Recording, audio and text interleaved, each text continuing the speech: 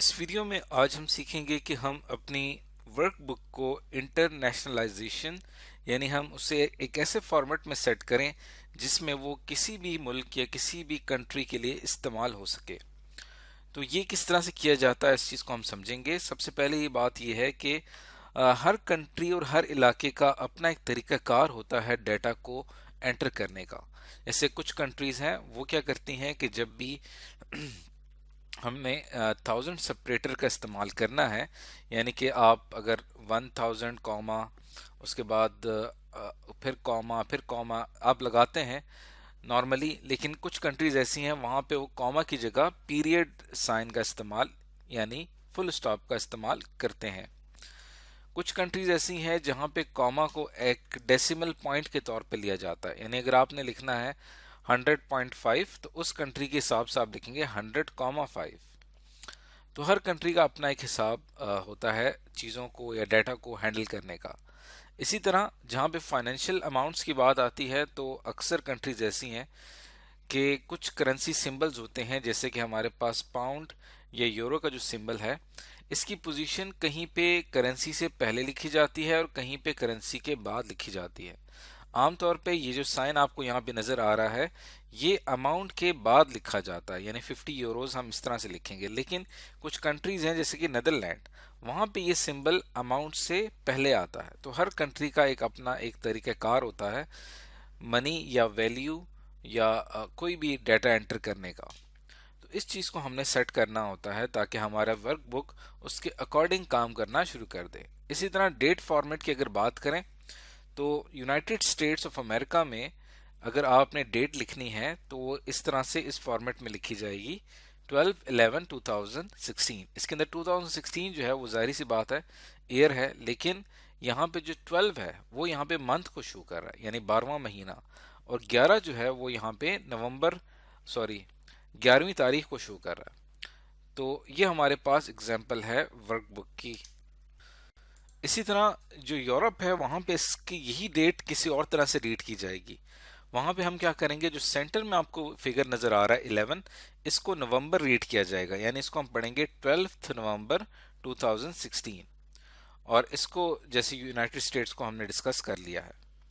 तो इस चीज को सेट करने के लिए हम क्या करते हैं, स्टार्ट पे क्लिक करते हैं। कंट्रोल पैनल आपने अपने कंप्यूटर में ओपन करना है और कंट्रोल पैनल ओपन करने के बाद आपको इस विंडोज के हवाले से मुख्तलिफ सेटिंग्स नजर आएंगी। यहाँ पे आपने सर्च करना है रीजन। रीजन के ऊपर मैं क्लिक करता हूँ तो आपके सामने यहाँ पे डिफरेंट फॉर्मेट्स आ जाएंगे जो उस रीजन के हिसाब से हैं। अब यहाँ पे आपको मुख्तलिफ रीजन्स जो है वो यहाँ पे दिए हुए हैं और इसमें डिफरेंट लैंग्वेजेस दी हुई हैं जहाँ पे आप अपनी लैंग्वेज जो कि आपकी इससे आप कंफर्टेबल हैं उसको आप सेलेक्ट कर सकते हैं। जैसे पाकिस्तान में आप यहाँ पे उर्दू पाकिस्तान को मैं सेलेक्ट करूंगा तो ऑटोमेटिकली इस रीजन के हिसाब से डेट एंड टाइम फॉर्मेट जो होंगे वो सेट कर दिए जाएंगे। यानी कि वीक का पहला हफ्ता क्या है, लॉन्ग टाइम को लिखने का क्या फॉर्मेट है, शॉर्ट टाइम को लिखने का क्या फॉर्मेट है, इसी तरह शॉर्ट डेट और लॉन्ग डेट को लिखने का क्या तरीक़ेकार है। तो यहाँ से अब मैं अगर इसको अप्लाई कर देता हूँ तो देखिए यहाँ से हमारा सारा जो फॉर्मेट है वो चेंज हो जाएगा। उसके बाद आप यहाँ पे एक्सेल को अगर मैं ओपन करता हूँ और इसको यहाँ पे ज़रूरत नहीं है हमें इस शीट की, एक्सेल को मैंने यहाँ पे ओपन किया, ब्लैंक वर्कबुक पे आऊँगा और अब यहाँ पे ओपन करने के बाद होम टैब पे आपने क्लिक करना है। नंबर फॉर्मेट में हम आएंगे तो यहाँ पे आप क्लिक करेंगे नंबर फॉर्मेट में। तो एक्सेल क्या करेगा कि जितने भी आपको यहाँ पे नंबर फॉर्मेट्स दिए हुए हैं करेंसी के, अकाउंटिंग के, डेट के, टाइम के, वो आपको पाकिस्तान उर्दू पाकिस्तान के हिसाब से शो करेगा, यानी जो पाकिस्तान में लोग नॉर्मली इस्तेमाल करते हैं। और यहाँ पे जब आप आएंगे स्पेशल के ऊपर तो यहाँ पे आपको लोकेशन अपनी नज़र आ रही है कि आपने उर्दू पाकिस्तान सेलेक्ट किया हुआ है। जैसे कि आप यहाँ पे करेंसी पे मैं आता हूँ तो जो करेंसी का सैंपल है वो यहाँ पे खुद ब खुद रुपीज़ में शो हो रहा है। अब जैसे मिसाल के तौर पे आप कहीं पे कोई भी एक वैल्यू एंटर करते हैं, ऐसे मैं यहाँ पे वैल्यू एंटर करता हूँ 5000। अब ये सिंपल जो है इसको जनरल फॉर्मेट में एक्सेल ले रहा है, लेकिन अगर मैं इसका फॉर्मेट चेंज करके करेंसी कर देता हूँ तो इसको खुद ब खुद ये रुपीज में कन्वर्ट कर देगा। तो इसी तरह अगर आप यहाँ पे कोई डेट एंटर करते हैं 12/11/2020,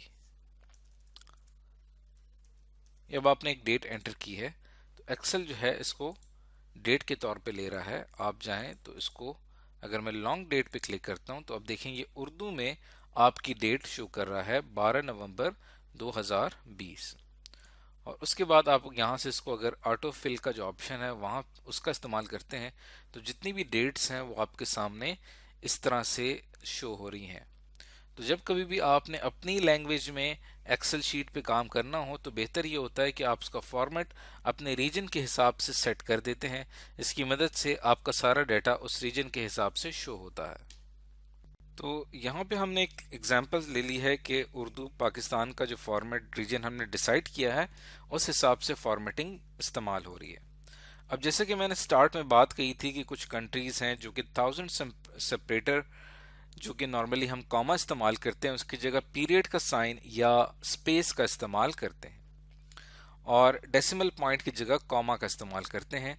तो उसमें से हम एक एग्जांपल ले लेते हैं। यहाँ पे हमारे पास कंट्रोल पैनल में रीजन के सेक्शन में आप आएंगे और यहाँ पे मैं रीजन सेलेक्ट कर लेता हूँ। एक कंट्री है एस्टोनिया, वहाँ पे ये ही फॉर्मेटिंग जिसका भी मैंने जिक्र किया है, स्पेस इस्तेमाल होता है 1000 सेपरेटर के तौर पे। तो यहाँ पे अगर मैं सर्च करता हूँ एस्टोनिया को तो ये आपको यहाँ पे मिल जाएगा, क्योंकि यहाँ पे अल्फ़ाबेटिकली तरतीब से दिया हुआ है सब कुछ। तो ये आपके पास एस्टोनिया है, इसको ये कंट्री है यूरोप की, इसको मैंने यहाँ से सेलेक्ट किया क्योंकि एग्जाम पॉइंट ऑफ व्यू से आपको कोई भी रीजन दिया जा सकता है और आपको ये टास्क दिया जा सकता है कि इस रीजन के हिसाब से आपने फॉर्मेटिंग सेट करनी है। तो एक रीजन हमने सेलेक्ट कर लिया है और उसके अंदर जितने भी टाइम एंड डेट फॉर्मेट है वो आपको इस तरह से शो कर रहा है। अप्लाई करूंगा, ओके के ऊपर मैं क्लिक करता हूँ। अब देखें यहाँ पे जो उसने डेट फॉर्मेटिंग है वो उस रीजन के हिसाब से कर दी है। इससे पहले ये उर्दू पाकिस्तान के हिसाब से शो हो रहा था और जो आपके पास करेंसी है वो भी इस तरह से शो हो रही है। इसी तरह अगर आप यहाँ पे लिखते हैं 10,000 या 1 लाख और इसका अगर मैं फॉर्मेट चेंज करता हूँ, इससे फिलहाल इसको नंबर के जनरल लिया है और आप यहाँ पे जाके इसकी फॉर्मेटिंग में कैटेगरी में नंबर पे आते हैं और यहाँ पे आने के बाद आपने आना है करेंसी के ऊपर। करेंसी पे जब आप आएंगे तो यहाँ पे देखें जो 1000 सेपरेटर है जहाँ पे कॉमा आना चाहिए वहाँ पे इन्होंने स्पेस ऐड की हुई है। अगर मैं इसके ऊपर अप्लाई करता हूँ तो देखें यहाँ पे साथ साथ करेंसी शो हो रही है और 100 के बाद कॉमा की जगह यहाँ पे स्पेस शो हो रहा है। तो ये क्यों हो रहा है, उसकी वजह क्या है कि हमने इस इलाके का रीजन जो है वो एस्टोनिया सेट किया हुआ है, तो ये उस हिसाब से आपको करेंसी डिस्प्ले कर रहा है। तो इसे कहा जाता है इंटरनेशनलाइजेशन ऑफ वर्कबुक, जो कि आप कर सकते हैं किसी भी कंट्री के हिसाब से।